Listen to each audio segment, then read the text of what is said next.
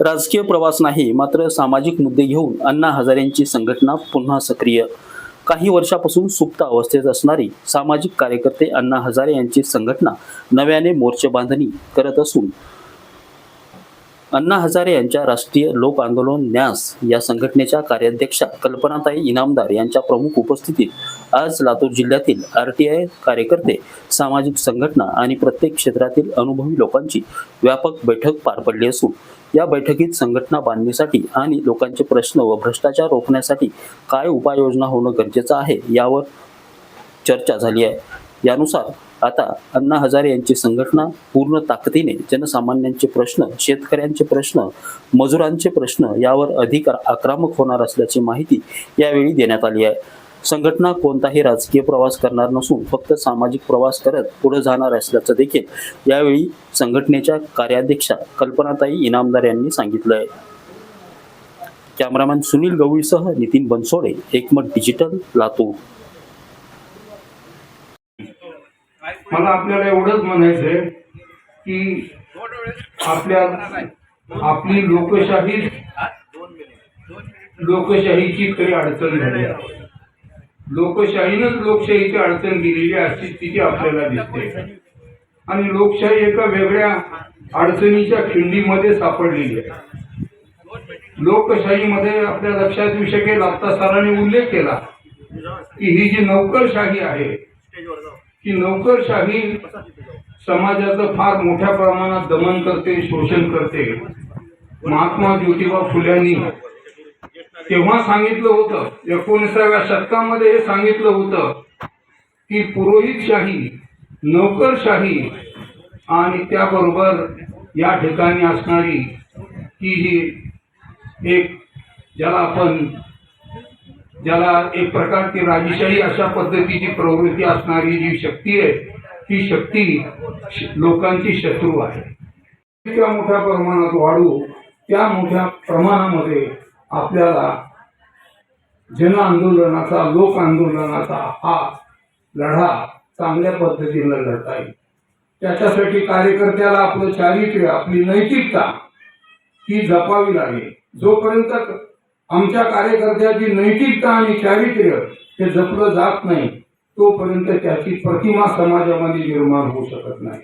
महात्मा गांधी असोत, ज्योतिबा फुले असोत, डॉक्टर बाबासाहेब आंबेडकर असोत, अण्णाभाऊ साठे असोत, या माणसाचं व्यक्तिमत्व हे समाजाभिमुख होतं. समाजाच्या प्रश्नासाठी वाटेल ती लढण्याची तयारी त्यांच्यामध्ये होती आणि त्यांच्या चारित्र्याला कसलाही डाग नव्हता. म्हणून ते समाजाचं एवढं मोठं नेतृत्व करू शकले. अण्णा हजारे यांचा व्यक्तिगत संसार काही नव्हता.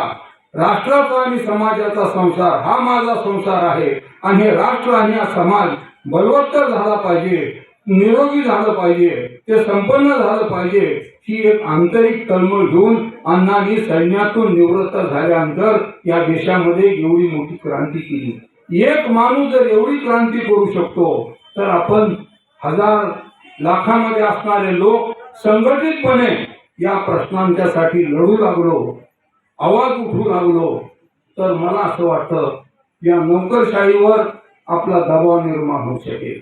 जी मालिक आहे हे बाबासाहेब आंबेडकरांनी लिहिलेलं चांगलं संविधान आहे.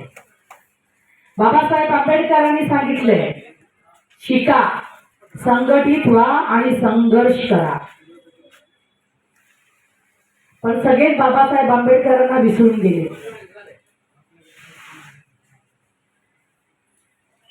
बाबासाहेब आंबेडकरांनी त्यांनी काय विचार केला असेल त्यावेळेला, जो आजही तो उपयोगी पडतोय.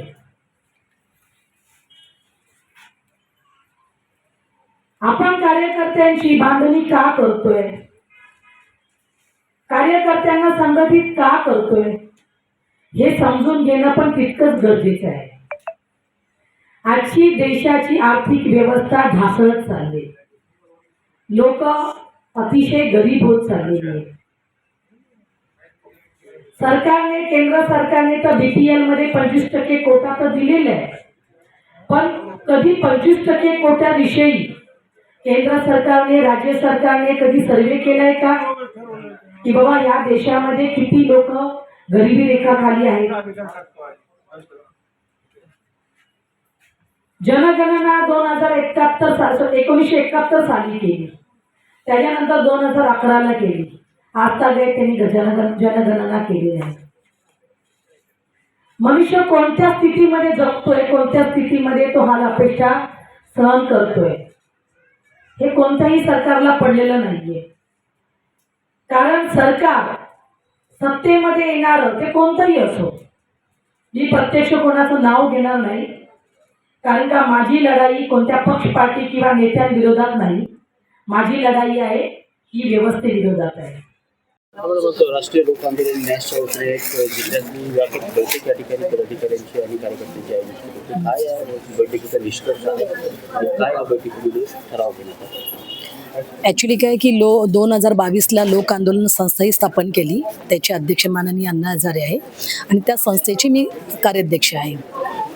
आम्ही पुन्हा लढा देण्याचा ठरवलेला आहे ह्या संस्थेच्या माध्यमातून, कारण का भ्रष्टाचार विरोधी संस्था होती ती बंद केली. 2022 सालामध्ये अण्णांनी ह्याच विषयावरती, शेतकऱ्यांच्या विषयावरती बोलणंही केलं होतं पत्रकारांच्या समोर, की शेतकऱ्यांच्या समस्या भरपूर आहेत आणि त्या शेतकऱ्यांच्या समस्या संपण्यासाठी परत संघटन महत्त्वाचं आहे. संघटन, आज माझ्याकडे संघटन नसल्यामुळे मी कोणतंही जेव्हा आंदोलन उभं करतो तर त्यावेळेला संघटन नसल्यामुळे शेतकऱ्यांना, सरकारला ते आंदोलन तोडण्यासाठी सोपं जातं. म्हणून आम्ही पूर्ण देशभरात संघटन बनवतोय. आता महाराष्ट्र, ह्या 2026ला महाराष्ट्र दौरे चालू केलेले आहेत. आता जर पाहायला गेलं तर अमेरिकेचा करार झालेला आहे, त्यातून राज्यातल्या शेतकऱ्यावरती मोठा परिणाम झालेला.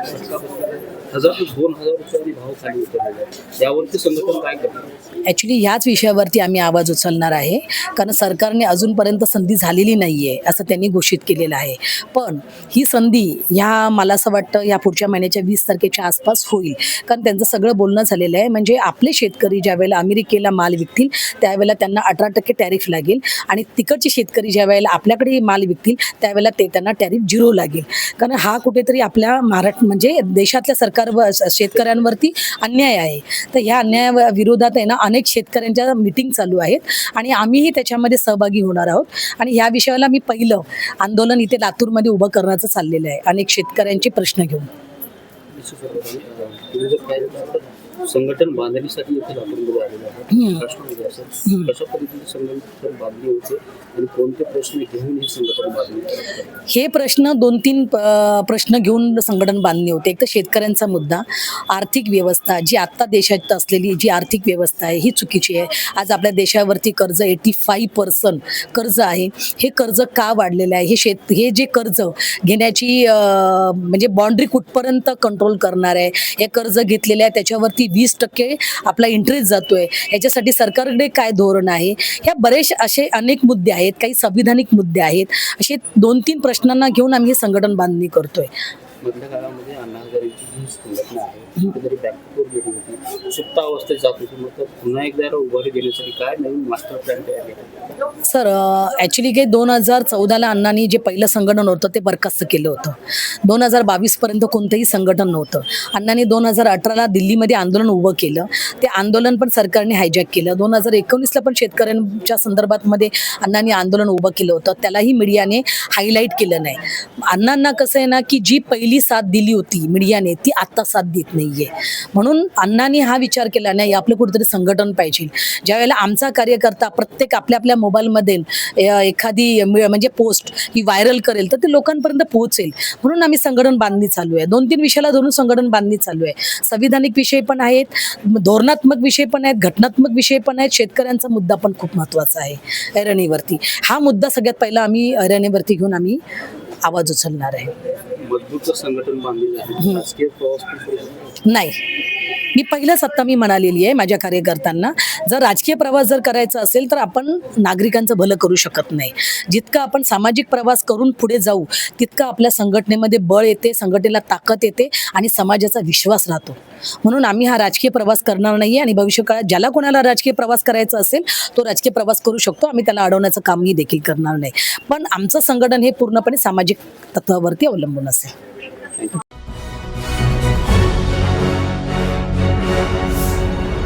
Thanks for watching Ekmat Digital.